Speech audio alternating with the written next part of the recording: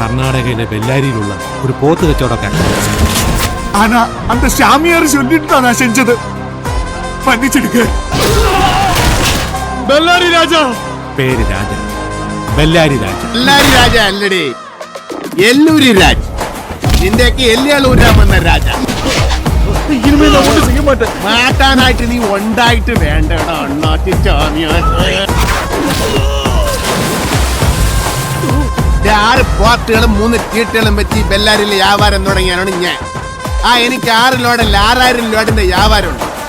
എന്റെ കൂടെ മുടാഞ്ചാലുണ്ടല്ലേ പൈലാറ്റി നൂറ്റാളെ കണ്ടത്. എരുമാളെ, നിന്റെ പണയടപാട് പോലെ അല്ല എന്റെ അടിയടപാട്. വനത്താട്ടിക്കടാ പന്നി. എടുത്തത് കിട്ടിയില്ലെങ്കിലും കിട്ടിയത് കൊടുക്കായിരിക്കും.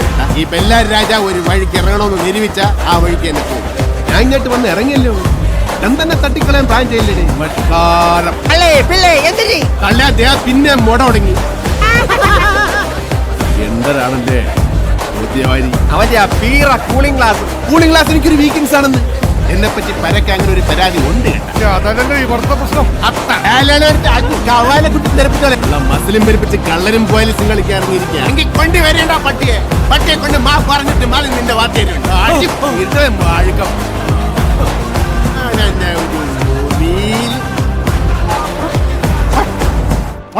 ഞാൻ ഇച്ചിരി വിലം പിടിച്ചോട്ടെ.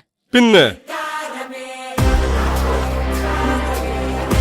നിനക്കിതിന് മാസക്കൂലിയ ദിവസക്കൂലിയ? അത് ഒരു അടിക്ക് 75 രൂപ വാങ്ങാൻ. ഞങ്ങൾ ഇനി പൈസ ഒന്നും വാങ്ങും. നമ്മുടെ വണ്ടിയിൽ വേണ്ട കാടി കേടാ. തന്നെ നീ നടക്കാൻ പോണ മുള്ളിക്കളിയുള്ള നമ്മളില്ല കേട്ടാ. നമ്മളിവരുണ്ടാ ഫ്രീ. വാത്തേച്ചുടക്കാട് ഒരു രീതിയാണ്. പാർക്കും കുത്തി കച്ചവടം ഉറപ്പിക്കുന്നു.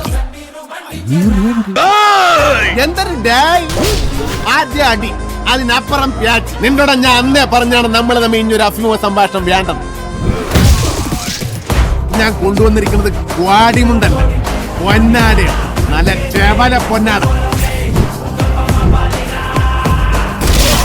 രാജുട്ട എഴുതി വാങ്ങിയരുടെ ഇവന്റെ താവര ചെങ്കമോ അല്ലേ. അന്തരാസ് കൂന്തരാസ് അവന്റെ അമ്മേരെ തള്ളേ കലിപ്പ് തീരണില്ലല്ലേ.